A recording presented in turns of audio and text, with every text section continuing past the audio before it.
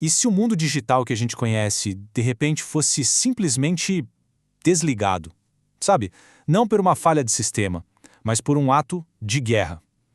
É que o nosso mundo conectado tem uma espinha dorsal física, bem real e vulnerável.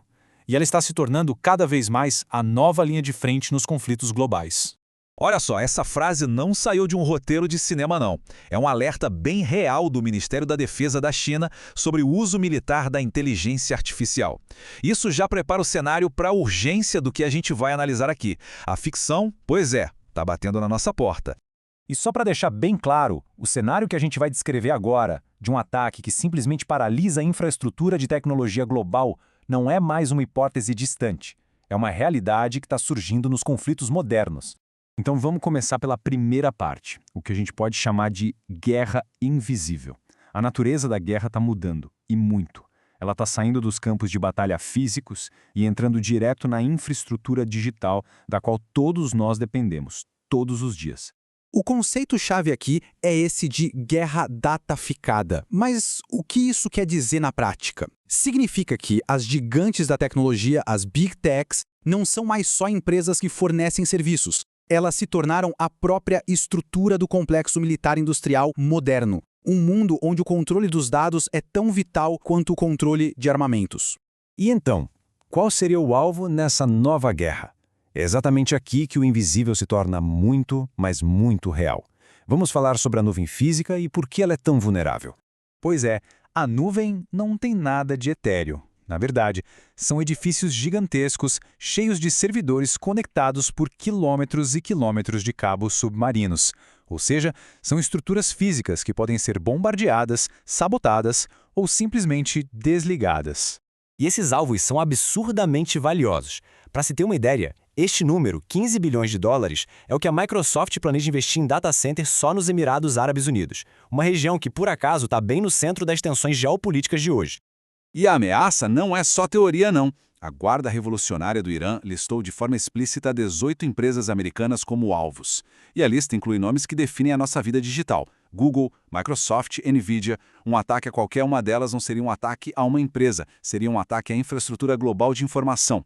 Bom, isso nos leva direto para a primeira onda de choque de um ataque desses, o apagão digital imediato. Imagina só o que acontece quando os serviços que a gente usa o tempo todo simplesmente somem. Tudo começa com uma mensagem assim.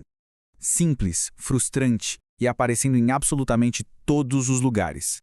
E não é só um site que caiu, é um ecossistema inteiro que deixa de funcionar. E logo em seguida, vem isso. A gente já viu ataques reais a instalações da Amazon Web Services que causaram interrupções em bancos e pagamentos. A economia digital, basicamente, congela. E por fim, o bloqueio total. Acesso a e-mails, a documentos, a ferramentas de trabalho, a tudo que está na nuvem. O apagão é completo e afeta milhões de pessoas e de empresas de forma instantânea. Para dar uma dimensão da escala, este é o número de usuários semanais do ChatGPT. Um ataque bem-sucedido a um data center da OpenAI ou de seus provedores, como a Microsoft, deixaria todas essas pessoas sem acesso de uma vez só. A produtividade e a inovação globais sofreriam um golpe direto. Mas a segunda onda de choque é ainda maior. O impacto não fica contido no mundo digital. Ele transborda para o mundo físico num efeito dominó que afeta a economia e a energia em uma escala global. O ponto crucial aqui é a localização. Muitos desses data centers novos estão sendo construídos no Golfo, uma região que controla o Estreito de Hormuz. Qualquer conflito ali interromperia a passagem de 20% do petróleo e 20% do gás natural do mundo. Isso desencadearia uma crise de energia global imediata. E isso cria um ciclo vicioso terrível. A energia pode chegar a 60% do custo de operação de um data center. Então, uma crise energética global não só paralisaria os data centers na região do conflito, mas tornaria a operação no mundo todo cara demais, ameaçando um apagão ainda mais amplo. A escalada dos problemas é assustadoramente rápida. O que começa como uma falha de serviço em um dia, vira pânico financeiro no dia seguinte. Em uma semana, a crise de energia se instala. E em um mês, o mundo inteiro estaria enfrentando uma crise geopolítica gigantesca. A terceira e última onda de choque é a mais profunda de todas. É a redefinição do futuro dos conflitos e da segurança global. A forma como as nações se defendem e projetam poder muda para sempre. E aqui tem uma mudança que é sísmica. Os Estados Unidos já deram sinais de uma nova doutrina militar. Antes, uma resposta militar vinha depois de ataques contra alvos do Estado. Agora, um ataque a uma infraestrutura de uma empresa, como um data center do Google, pode provocar uma resposta militar real. A linha entre o corporativo e o estatal basicamente desapareceu. As consequências estratégicas disso no longo prazo são enormes. Os investimentos em infraestrutura digital seriam desviados para lugares mais seguros. A segurança física dos data centers passaria a incluir sistemas de defesa antimíssil. A inteligência artificial seria usada massivamente para a defesa. E a pressão diplomática sobre países que dão abrigo a hackers se tornaria um ponto central da política externa. No fim, o que a gente vê é uma convergência muito complexa.